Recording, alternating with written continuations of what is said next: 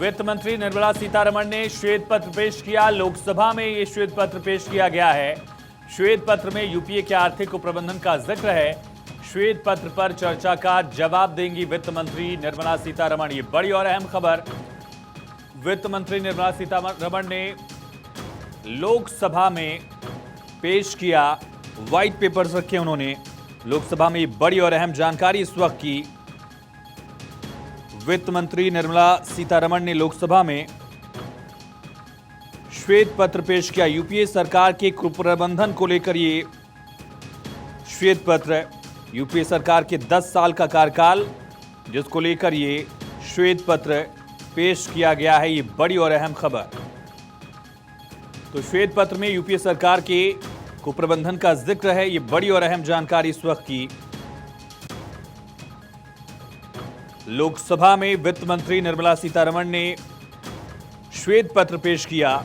लोकसभा में चर्चा होगी और राज्यसभा में भी इसको रखा जा सकता है। श्वेत पत्र पर चर्चा पर कल जवाब भी देंगी वित्त मंत्री निर्मला सीतारमण। तो ये बड़ी और अहम खबर, श्वेत पत्र पर चर्चा का जवाब देंगी वित्त मंत्री निर्मला सीतारमण। ये बड़ी जानकारी, लोकसभा में श्वेत पत्र पेश किया गया और निर्मला सीतारमण देश की वित्त मंत्री ने लोकसभा में व्हाइट पेपर्स पेश किए हैं और उसको लेकर चर्चा भी होगी। लेकिन जानकारी ये कि यूपीए सरकार के 10 साल का जो कार्यकाल था उसका कंपैरिजन मोदी सरकार के दोनों कार्यकाल से किया जाएगा और क्या क्या बड़े फैसले लिए गए, आर्थिक नीतियां क्या रही और साथ ही आर्थिक नीतियों के अलावा जो घोटाले रहे, जहां लापरवाही रही।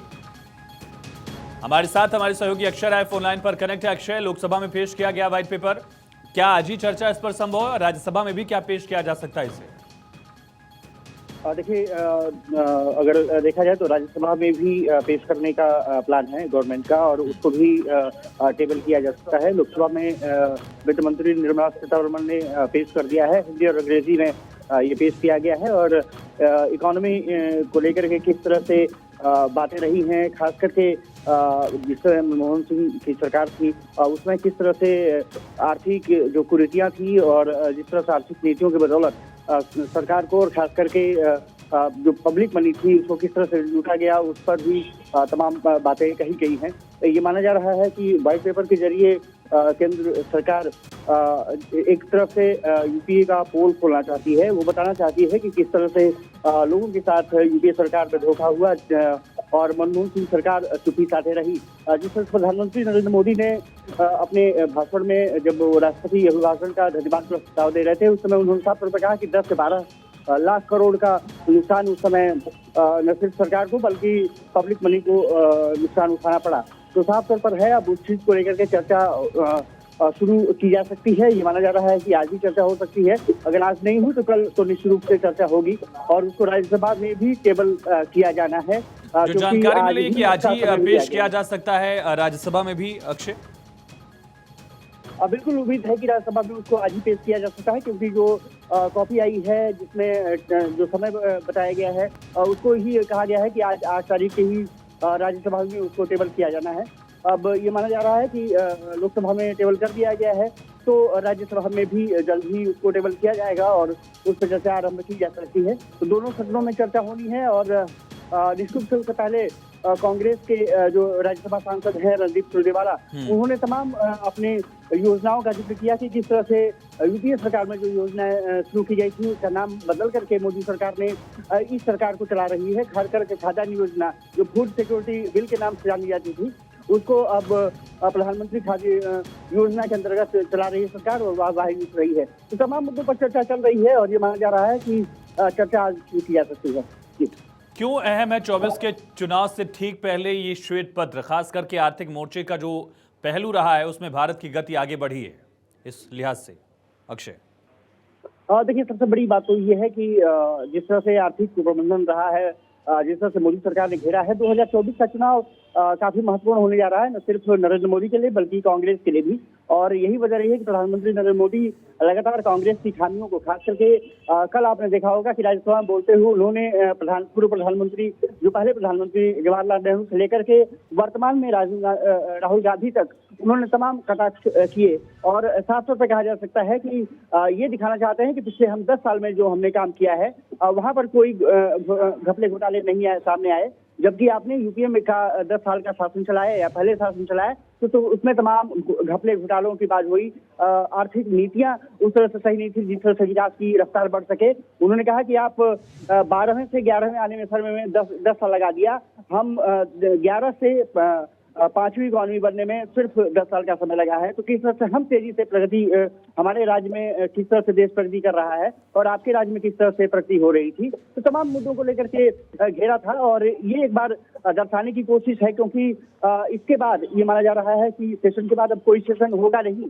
तो साफ तौर पर है कि अब चुनाव में सभी पार्टियां उतर जाएंगी। लोकसभा चुनाव की घोषणा ये माना जा रहा है कि 10 मार्च के आसपास की जा सकती है। अप्रैल और मई का जो समय होगा वो सिर्फ रैलियां होगी।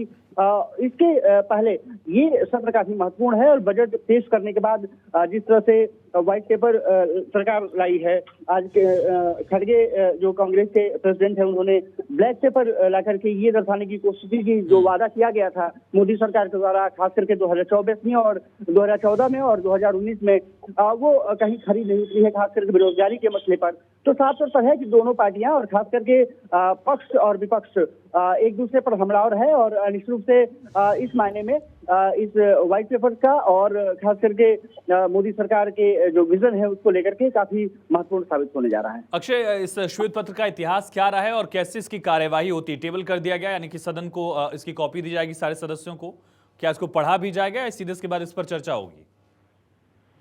देखिए, 1922 में पहला ऐसा कहा जाता है कि अंग्रेज शासन था, उस समय व्हाइट पेपर का चलन शुरू किया गया था। लेकिन जब भारत स्वतंत्र हुआ और भारत तमाम चीजों पर जब आगे बढ़ा, लोकतांत्रिक प्रक्रिया से आगे बढ़ा, तो ये कहा जाता है कि अपनी सरकार की जो योजनाएं हैं उसको किस तरह से धरातल पर उतरी है उसको भी लाने की कोशिश की गई। और ये माना जा रहा है श्वेत पत्र एक तरफ से एक जो चिट्ठा होता है जो दूसरे के बारे में खामियों को बताने के लिए लाया जाता है। खास करके विपक्ष ऐसा करता रहा है, लेकिन अब सरकार ने ये प्लान किया है कि जिस तरह से व्हाइट पेपर ला रहे हैं और 10 साल पहले जो सरकार रही है उसके बारे में चर्चा की जा रही है, तो काफी महत्वपूर्ण हो जाता है और काफी अलग तरीके से इसको देखा भी जा रहा है। ये माना जा रहा है कि यही वजह रही है कि कांग्रेस अब पूरे चीजों पर हमलावर है कि आप अपने बारे में 10 साल जो शासन किया है उसके बारे में नहीं बता रहे हैं, आप 20 साल पीछे चले जा रहे हैं और सिर्फ यूपीए सरकार के जो शासनकाल था उसके बारे में चर्चा करना चाहते हैं या फिर और पीछे जाकर के चर्चा करना चाहते हैं। इसलिए ये मसला काफी दिलचस्प हो जाता है और अब देखने वाली बात ये होगी कि किस तरह से इस प्रक्रिया को आगे बढ़ाया जाता है। ये तो माना जा रहा है कि सभी सदस्यों को काफी उसकी उपलब्ध करा दी गई है और जल्द ही उस पर चर्चा की जाएगी। खास बात यह है कि पक्ष और विपक्ष के लोगों को उसमें ज्यादा समय दिया जाएगा। केंद्र की जो सत्ताधारी पार्टी है, खास करके बीजेपी, उसको सबसे ज्यादा समय मिलने की संभावना जताई जा रही है और यही वजह रही है कि एक दिन का सेशन और बढ़ा दिया गया है। तो ये माना जा रहा है कि सभी उससे सदस्य अपना रखेंगे। कम से कम बीजेपी की तरफ से माना जा रहा है कि निर्मला सीतारमण और पीयूष गोयल जैसे राज्यसभा में, और निर्मला सीतारमण भी क्योंकि वहाँ राज्यसभा चाहती हैं तो वहाँ भी चर्चा संभव ये बताई जा रही है कि हो सकती है। अब आज होती है या कल होती है, इस पर सभी की नजर रहने वाली है, लेकिन दोनों सदनों में टेबल किया जाना है। इसके अलावा स्ट्रेटेजिकली कितना अहम है अक्षय, खास करके दोनों सदनों में ये आंकड़ा रखा जाएगा, ये तथ्य रखे जाएंगे? अपनी कामयाबी बताने का प्रयास तो है ही, लेकिन यूपीए सरकार की नाकामियों को एक बार फिर से याद दिलाने का प्रयास भी किया जा रहा है।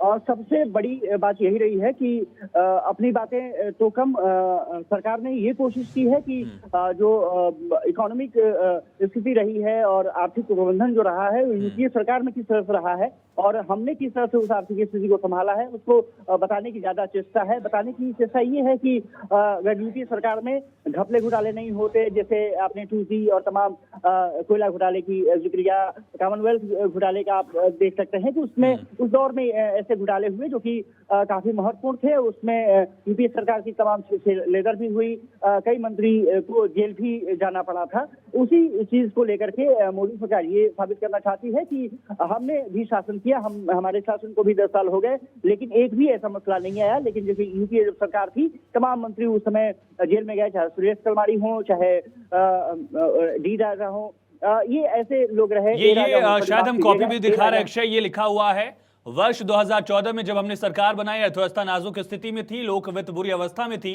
अत्यधिक कुप्रबंधन और वित्तीय अनुशासनहीनता व्याप्त थी, भ्रष्टाचार का बोलबाला था, अत्यधिक संकटमय स्थिति थी। ये हम इसकी कॉपी भी दिखा रहे हैं। ये राज्यसभा में पेश किया जाएगा जब उसकी दरअसल ये आदेश का एक तरह से है जिक्र, लेकिन जो व्हाइट पेपर्स रिलीज किए गए हैं सरकार की तरफ से, और ये हम पढ़कर सुनाएंगे आपको। कई पॉइंट वाइज इसमें लिखा गया है। वित्त वर्ष 2023 का भी जिक्र है, बजट भाषण का भी जिक्र है, श्वेत पत्र के उद्देश्य। पहला इसमें मकसद यह है कि इसमें संसद के माननीय सदस्यों और भारत की जनता को इस सरकार के वर्ष 2014 में सत्ता के आने पर विरासत में प्राप्त प्रशासन की प्रकृति और सीमा, आर्थिक और राजकोषीय संकटों में इससे अवगत कराने का प्रयास किया गया है।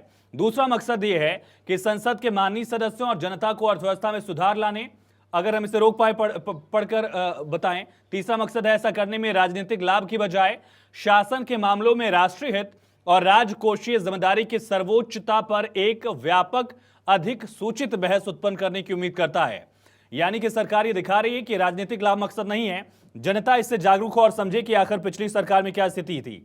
पहले भाग में यूपीए सरकार के कार्यकाल, देखिए दरअसल तस्वीर बदल रही इसलिए पढ़ना थोड़ा मुश्किल जरूर है, लेकिन कोशिश हम कर रहे हैं।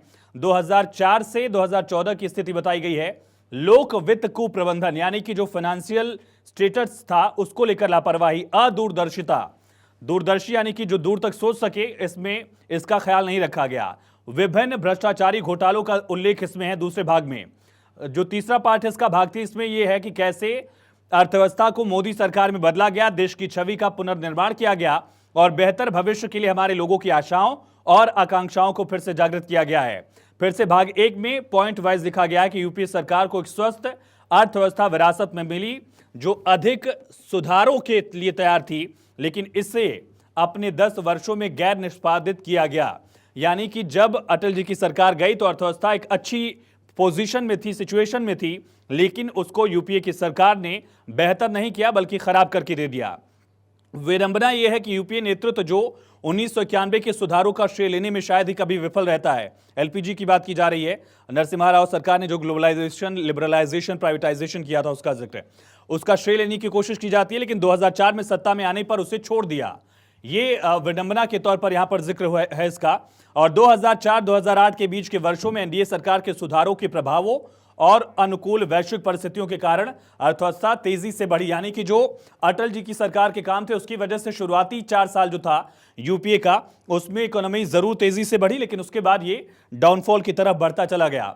पॉलिटिकल एडिटर अदिति नागर हमारे साथ लाइव कनेक्ट हैं। अदिति, जो हम पढ़ पा रहे हैं इसमें 3 पार्ट्स में इसको लिखा गया है, किस तरह से यूपीए सरकार में घोटाले हुए, लापरवाहियां बरती गई और एक बेहतर इकोनॉमी को कमजोर करके दिया गया। बिल्कुल, और देखिए सबसे बड़ी बात यह है कि इसको आप उस तरीके से समझे, श्वेत पत्र लाना ये अपने आप में एक बड़ी बात है। जब हम बात पुराने कार्यकाल की और इस कार्यकाल की कंपैरिजन, इसमें क्या कुछ लिखा है वो आपको काफ़ी कुछ इसमें जो ऐसा आपने कहा कि हम पढ़ पा रहे हैं, तमाम चीज़ें हैं, लेकिन आप इसके पीछे का मोटिव समझिए, इसके पीछे की राजनीति समझिए कि जब 2 दिन पहले कल जब राज्यसभा में प्रधानमंत्री नरेंद्र मोदी ने कोट करते हुए मनमोहन सिंह की बात रखी कि किस तरह की इकोनॉमी थी, उससे पहले उन्होंने तमाम पूरे कार्यकाल जो ये लेगेसी थी 60 साल की, और जिसके ऊपर ये पूरा देश में हम बात करते हैं कि इस 60 सालों में किस तरीके से देश का निर्माण हुआ, किस तरीके से कंप्यूटर क्रांति आई, किस तरीके से रेल से लेकर तमाम चीज़ें इन 60 सालों में देश के आज़ाद होने के बाद से लेकर जब हम उस काम का जिक्र करते हैं, क्योंकि बच्चा कांग्रेस को जानता है, तो प्रधानमंत्री नरेंद्र मोदी ने और अब निर्मला सीतारमण ने ये कोशिश की है कि घर घर तक ये बात पहुंचे कि भले ही वो 60 साल कांग्रेस सबसे पहले पार्टी रही, यूपीए की सरकारें आई, नेहरू, इंदिरा और उसके बाद जो तमाम सरकारें आई, लेकिन उस कार्यकाल में क्या कुछ हुआ। प्रधानमंत्री नरेंद्र मोदी के जरिए, उनके भाषण के जरिए, और अब निर्मला सीतारमण जो ये श्वेत पत्र की चर्चा जो कल से शुरू होगी, आज इसको इंट्रोड्यूस किया है, उसमें कंपैरेटिव रिपोर्ट है कि 60 साल के काम और 10 साल के काम। ना सिर्फ कंपैरेटिव रिपोर्ट है, यह बताया गया है कि इस 60 साल में घोटाले हुए, अगर ये घोटाले नहीं होते तो देश कितना आगे होता। इस 60 साल में केवल स्वार्थ के लिए, परिवार के जिसे बोलते हैं विकास के लिए, परिवार की प्रगति के लिए सारे वो काम किए गए जो जनता के हित में नहीं थे। पूरी रिपोर्ट दी गई है और ये बताया गया है कि आज इस 10 सालों में हमें जिस तरीके से, आपने जब शुरुआती भाषण सुना होगा निर्मला सीतारमण का, तो उसमें ये बात कही गई कि हमें किस तरीके से इकोनॉमी दी गई थी। जब हमने इस इकोनॉमी को लिया, जब जिस स्थिति में हमने इस देश पर शासन शुरू किया 2014 में, तब हम किस गर्त की स्थिति में थे, हम कितने ज्यादा गड्ढों में थे। हमने पहले कार्यकाल में गड्ढे भरे, दूसरे कार्यकाल में हमने नींव रखी। तो जो जिन गड्ढों की बात होती है कि ये है क्या, ये है वो गड्ढे जिसका आज जिक्र हो रहा है। और ये जरूरत क्यों पड़ी अब, क्योंकि जाहिर तौर पे जब 2024 का चुनाव है, देश का चुनाव है, और कहीं ना कहीं देखिए इससे 3 चीजें हो रही है। पहला, कोई राजनीतिक दल यहाँ पे महत्वपूर्ण है ही नहीं। तो नरेंद्र मोदी द्वारा किसी राजनीतिक दल, या तो आधे राजनीतिक दल विलय कर चुके हैं या वो एनडीए का पार्ट हो चुके हैं, इसे राजनीतिक दल की महत्वता है ही नहीं। यानी कि इंडिया गठबंधन की एज अ होल महत्वता खत्म है। अब एक ही पॉलिटिकल पार्टी है जो विपक्ष के तौर पे भारतीय जनता पार्टी बार बार जिक्र करती है, वो है कांग्रेस। और कांग्रेस के काम पर, क्योंकि क्या होता है जब हम चुनाव में जाते हैं तो जनता विकल्प ढूंढती है, तो या तो नरेंद्र मोदी है या नरेंद्र मोदी के अलावा कांग्रेस है। तो कांग्रेस अगर 60 साल शासन कर चुकी है, या अब अगर आप उसको चुनते हैं, तो आपके साथ क्या क्या हो सकता है ये बताया गया है। प्रधानमंत्री नरेंद्र मोदी ने पहले ये बता दिया कि हमने इतिहास में क्या किया, हमने प्रेजेंट में, वर्तमान में हमने क्या क्या किया, और भविष्य में, क्योंकि वो बोल चुके हैं कि मोदी 3.0 आ रहा है, तीनों तो पहलुओं भविष्य का में हम जिक्र क्या अदिति, क्या आप हमारे साथ बने रहिए।